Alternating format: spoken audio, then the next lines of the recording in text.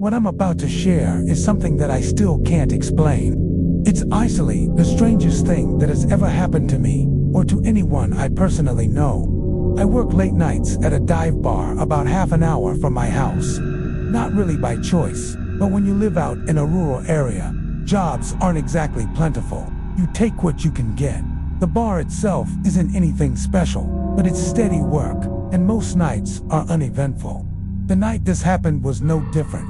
My shift ended like normal, and after closing up, I got in my car and started the drive home. The road back is mostly just winding, empty back roads, barely any lights, barely any cars, just long stretches, cutting through woods and farmland.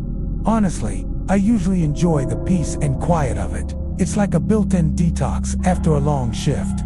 That night, though the fog was unusually thick, so thick, I had to ease off the gas because my brights only made it worse, glowing against the fog like I was driving into a wall of white. About halfway home, I noticed it, off to the right side of the road, through the fog, a faint yellow blinking light. At first I thought it was just a reflector or a marker. But no matter how far I drove, it didn't move closer or farther. It just stayed there, blinking at the same rhythm, like it was pacing me from somewhere in the fog. I slowed down, almost crawling, but the light stayed perfectly aligned with me, like it was locked to my speed. I finally stopped my car completely, and sure enough, the light stopped too, still blinking, still there. That's when it changed. The blinking didn't stop, but the light began to burn brighter, almost like a small flame being fed more oxygen. Stronger, pulsing, as if it was alive. My stomach dropped. I reached for the gear shift to reverse, but when I realized the engine was NT running. Dead silent. I hadn't turned the key.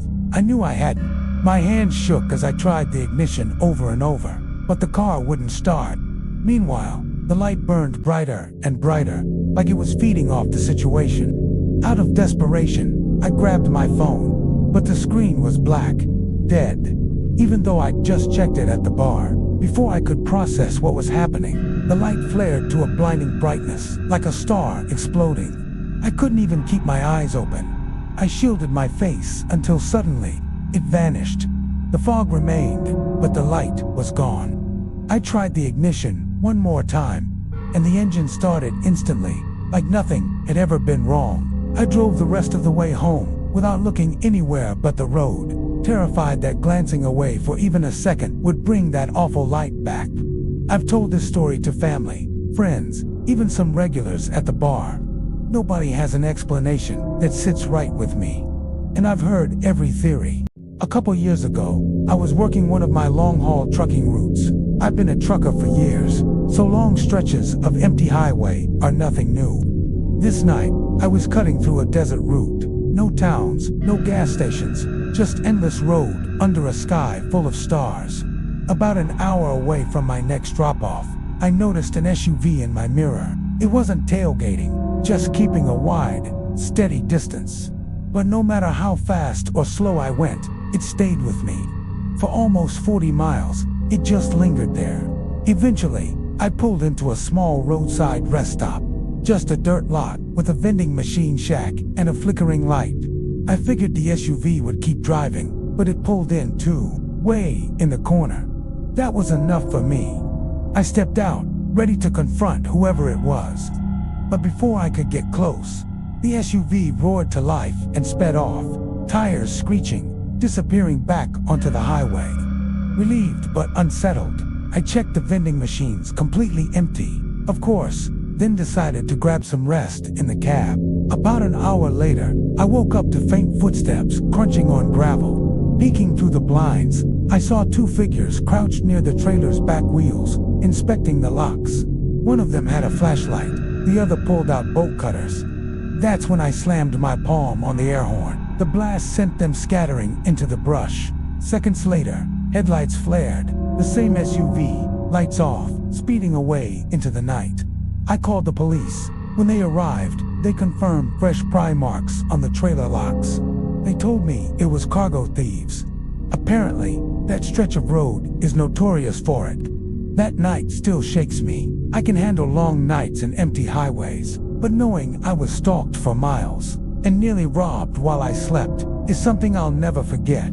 It was late, close to 1 a.m., when I was driving home from a long shift at work. The roads were empty, the kind of quiet that makes every little sound stand out. My headlights cut through the darkness, but beyond that narrow beam of light, it was just blackness and trees. About halfway through the drive, I noticed a figure walking along the side of the road.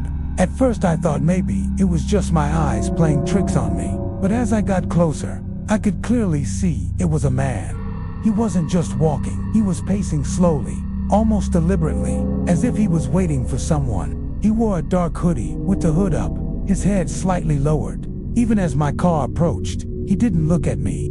He just kept walking, his movements stiff and unnatural. For a moment, I considered stopping to see if he needed help, but something about him sent a chill down my spine. I drove past, but when I glanced in the rearview mirror, I swear I saw his head snap up suddenly, like he had just noticed me. His face was pale, almost ghostly under the faint glow of my taillights.